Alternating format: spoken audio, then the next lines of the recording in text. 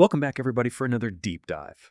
This time, we're going to be tackling a topic that might sound a little bit academic at first, but trust me, it's super relevant to how we learn and how we understand the world. It's all about interdisciplinary study. Now, you might be thinking, oh, great, another lecture. But hold on. Just imagine you're trying to understand, let's just say, the rise of artificial intelligence. Would you only want to get the computer science perspective on that? Probably not, right? You probably want to consider the ethical implications, the economics of it, the potential impact on society as a whole, maybe even how science fiction has shaped our expectations of AI. So that's really the essence of what we're diving into today, why connecting different fields of knowledge can be so powerful and how it can actually benefit you. To help guide us through this, we have an expert who's not only well-versed in educational theory, but also passionate about making learning truly engaging. So what makes this whole interdisciplinary thing so special? Well, what's fascinating is that the way we divide knowledge into these different subject areas is really just a human invention. These categories can be useful, but they can also create blind spots. So interdisciplinary study is all about kind of breaking down those walls and seeing how ideas actually connect and overlap and even clash. It's like those optical illusions where you see one thing and then suddenly your brain flips it and you see something completely different. Exactly. And Merriam-Webster defines interdisciplinary as involving two or more academic or scientific artistic disciplines. But it's much more than just a dictionary definition. It's really like a mindset shift. Okay, so where do we even begin with this mindset shift? Is there some kind of roadmap? Yeah. Or are we just wandering around in the academic wilderness here? Well, there are some helpful guideposts, I think. Let's consider C.P. Snow's concept of the two cultures. He argued that there was this huge gap between the arts and sciences, this gulf of mutual incomprehension, as he called it, where each side kind of felt superior to the other. Just imagine trying to solve the world's problems when scientists and artists can't even understand each other. That's a recipe for disaster, or at least some really frustrating meetings. Yeah.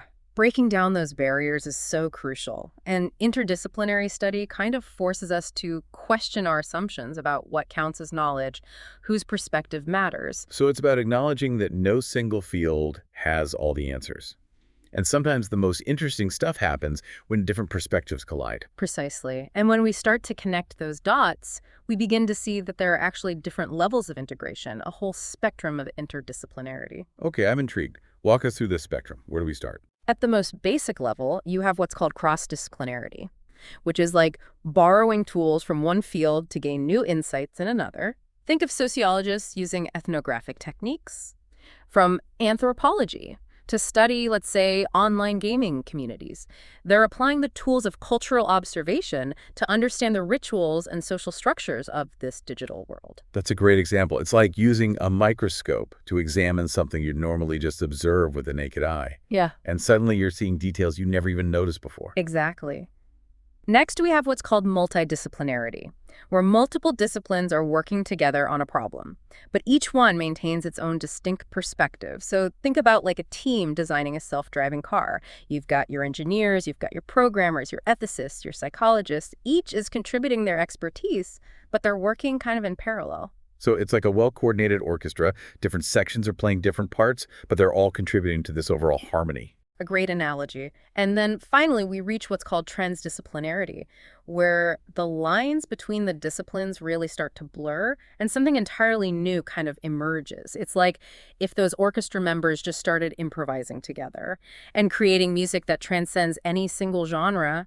It's exciting, but it's also very challenging because you're essentially creating a new language for understanding the problem. Now that's where things get really interesting.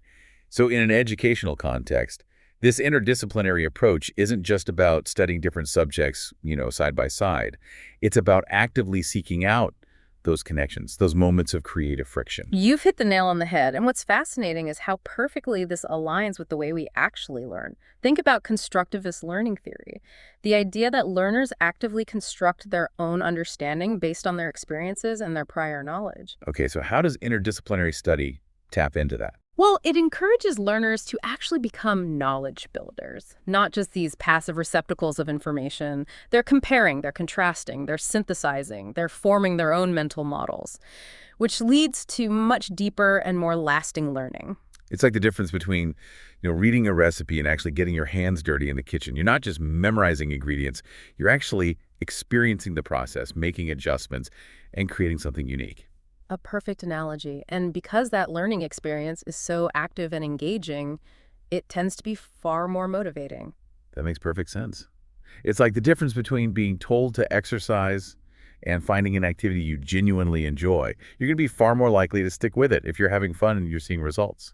Exactly. And that deeper level of engagement actually leads to a deeper level of understanding. Instead of just skimming the surface, you're diving deep, you're exploring the topic from multiple angles, you're building this rich, multidimensional understanding. It's like exploring a city. You could just stick to the main tourist attractions, or you could wander down those side streets, discover some hidden gems, get a real feel for the city's character. I love that. So we're talking about depth over breadth, about seeing the connections instead of just accumulating facts in isolation. But let's get down to brass tacks. What are the real-world benefits of this interdisciplinary approach Yeah. for someone like me or anyone listening? Well, the benefits are multifaceted.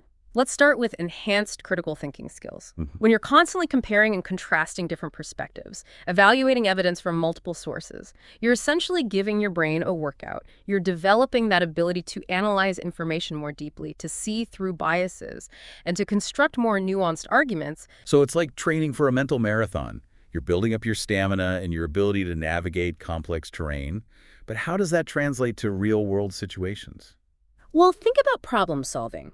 In a world that's increasingly complex and interconnected, the ability to think critically, to connect the dots between what might seem like totally disparate fields, is invaluable, whether you're trying to make sense of a political debate, or develop a marketing strategy, or even just choose the best healthcare option. Interdisciplinary thinking kind of equips you to see the bigger picture and to make more informed decisions. That's a great point. It's like instead of just reacting to information, you're able to step back, Yeah. analyze it, Yeah. and make more conscious choices. But what about the practical side of things? If this interdisciplinary approach is so great, why isn't it more widespread? Well, one of the biggest hurdles is the need for collaboration between educators from different disciplines. It can be a logistical nightmare to try to align everyone's schedules and their curricula and their teaching styles. It requires a real commitment from everybody involved to kind of break down those traditional silos and create a truly collaborative learning environment. It sounds like it's worth the effort, though, right? The potential benefits for students are immense. Absolutely. We're talking about fostering a deeper love of learning, developing those critical thinking skills, and preparing students for a world that demands adaptability and innovation. Before we move on, I want to revisit that analogy you mentioned about building a hill of knowledge instead of climbing a ladder. Can you explain that a bit further? Sure. Imagine you're studying the history of a particular city. If you approach it like climbing a ladder, you might just focus solely on the chronological events, dates, battles, political shifts. But if you approach it like building a hill, you can explore all these different facets of the city's development, its architecture, its art, its social movements, its economic fluctuations, and see how they all intersect and influence each other. So it's not just about accumulating facts in this linear fashion. It's about creating a multidimensional understanding, a richer and more nuanced perspective. It's about seeing the forest ain't the trees. Exactly. And that's where the power of interdisciplinary study really shines. And to build that hill of knowledge effectively, we need to engage in active questioning. It's not enough to just take in information from different sources. We have to ask ourselves, how was this knowledge created? What are the underlying assumptions? Do these different perspectives agree or clash? What new insights kind of emerge from the connections that we're making? It's like being a detective, right? Right. Piecing together clues from all these different sources, but also being aware that some of those sources might be unreliable or biased. You have to constantly be evaluating the evidence and looking for those inconsistencies. Precisely. And that's where critical thinking becomes so crucial. Interdisciplinary study isn't about blindly accepting information from different fields. It's about interrogating those sources, comparing and contrasting them, and forming your own informed conclusions. So it's not just about breadth of knowledge, Yeah. but also depth of understanding and critical analysis. It's about being an active participant in that knowledge creation process, not just a passive consumer. Exactly. And that active engagement is what makes interdisciplinary study so empowering. You're not just learning about the world, you're actually learning how to think about the world in this more sophisticated and nuanced way. I'm already starting to see how this approach can be applied to so many different areas of life. But can you give us some concrete examples of topics that might be ripe for interdisciplinary exploration? Like, where do we even begin to look for those spaces between traditional disciplines? One area that immediately comes to mind is the study of consciousness. Traditionally, this has been the domain of philosophers and neuroscientists. But in recent years, we've seen researchers from fields like physics and computer science, even art, getting involved. They're bringing these new perspectives, new methodologies, new ways of thinking about what it means to be conscious. That's fascinating. So we're talking about merging the subjective experience of consciousness with the objective analysis of brain activity. And perhaps even exploring how consciousness might manifest in non-human entities, like artificial intelligence. It's like we're trying to solve a puzzle with pieces from completely different sets. And that's precisely what makes it so challenging and exciting. Another area that's ripe for interdisciplinary exploration is the future of work. Automation, artificial intelligence, the gig economy. These are all forces that are reshaping the nature of work as we know it.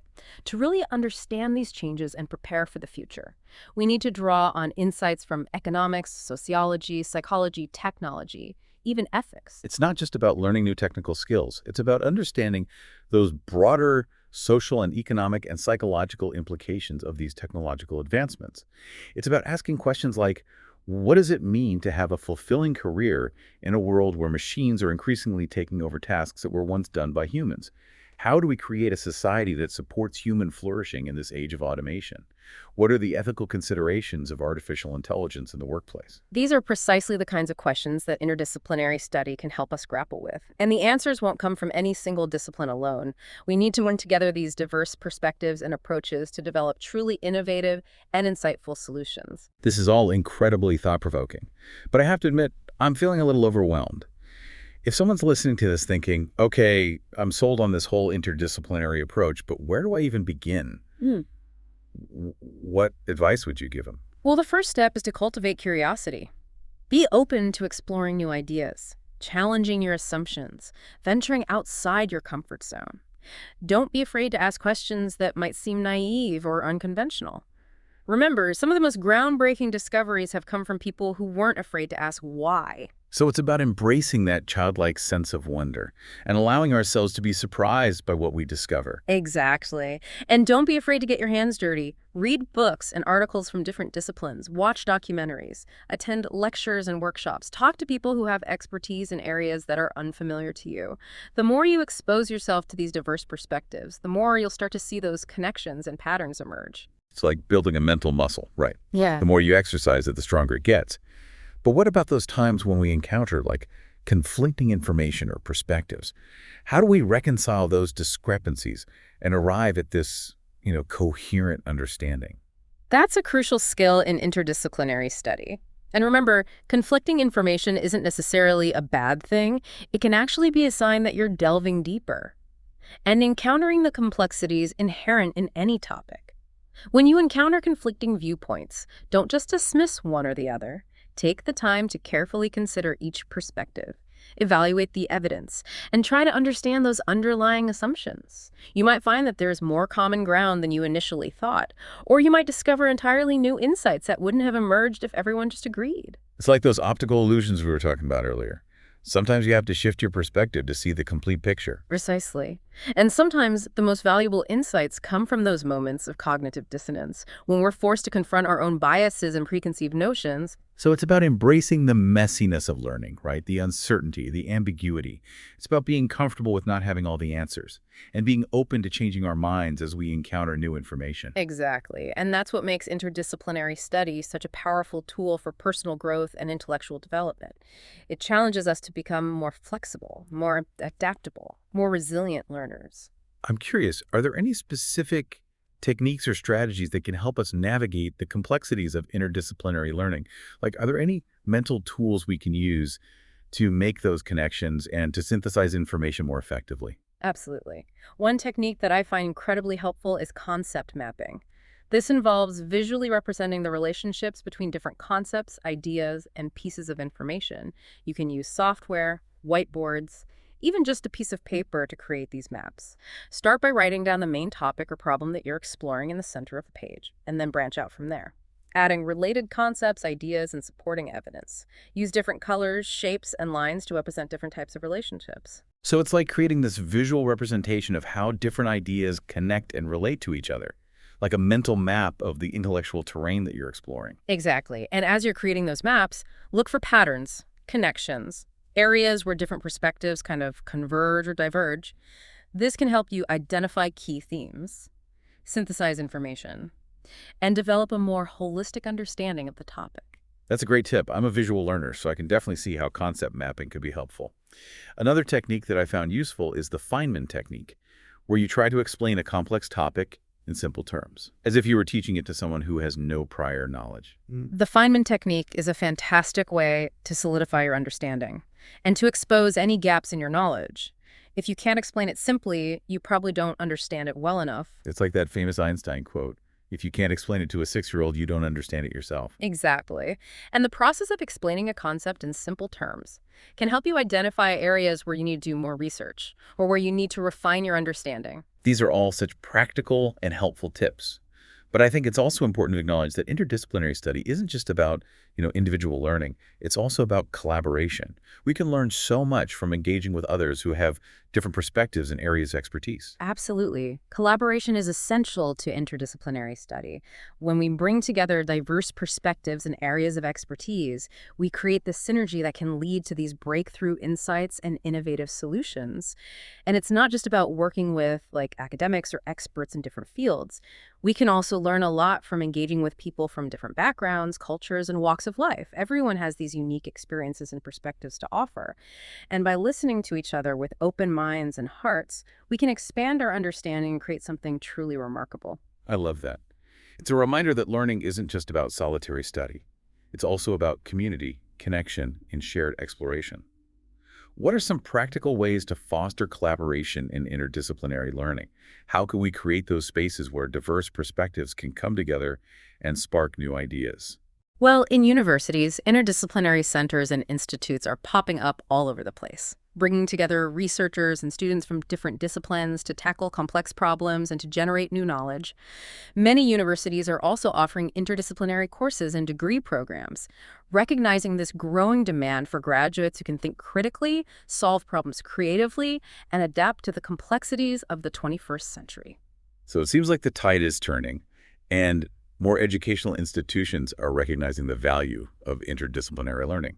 It is. And it's not just happening in universities. We're also seeing this rise in collaborative initiatives and projects outside of academia.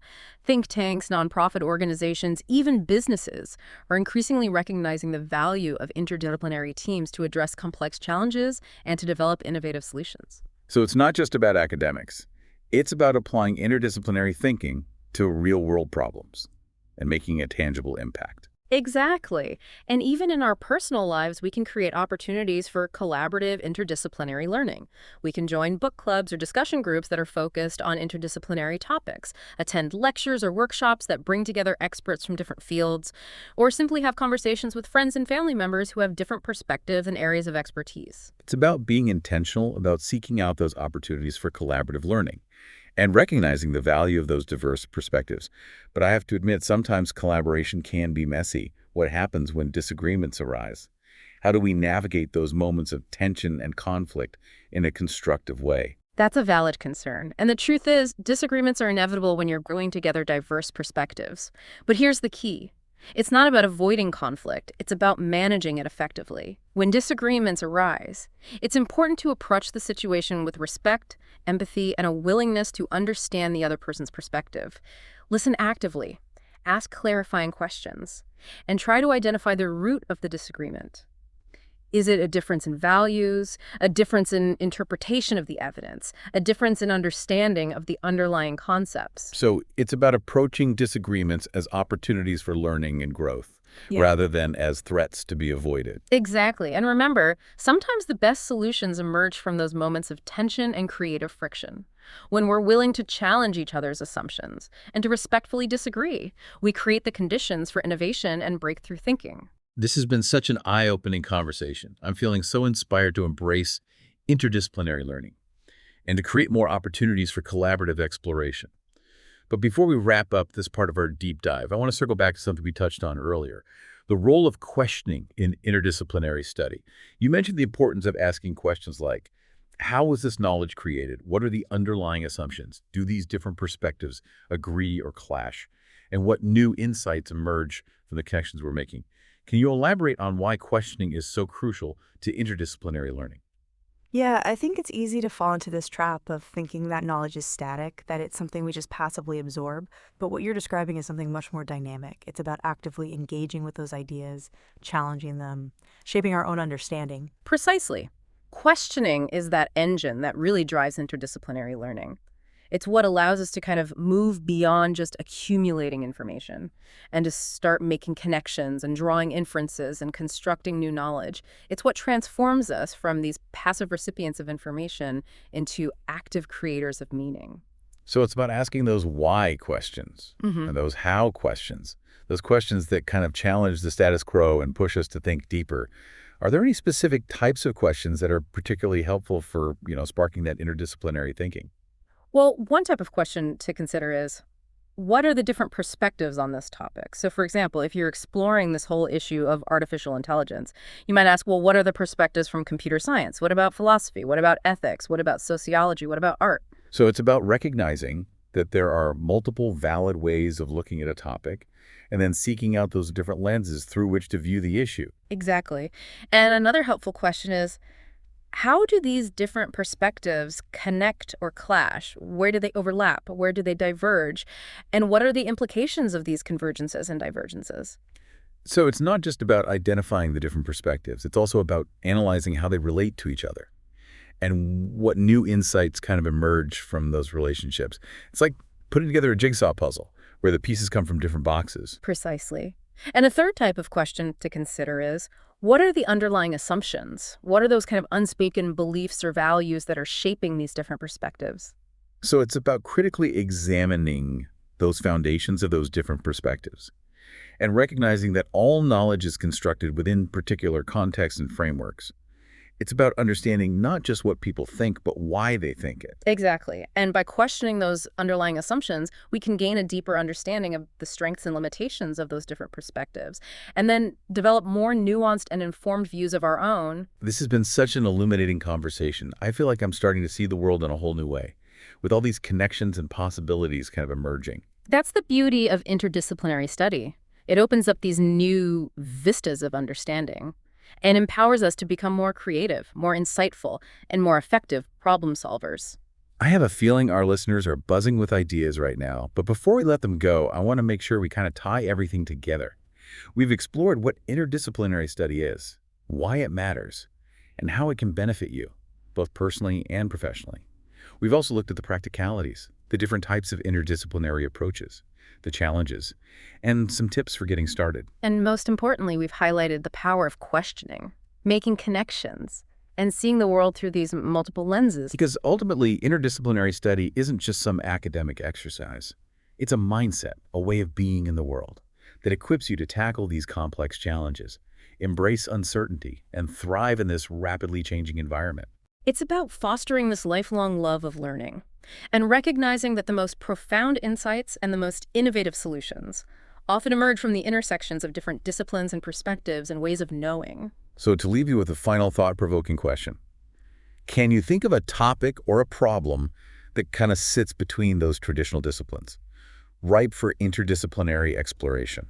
It might be something that you've always been curious about, or a challenge that you face in your work or in your personal life. Maybe it's something no one's even thought to ask before because they're stuck in those disciplinary boxes. But you, armed with this new understanding of interdisciplinary thinking, have the power to make those connections, ask those questions, and to discover something truly groundbreaking. So keep exploring, keep connecting, and embrace the power of interdisciplinary thinking. Until next time, keep diving deep.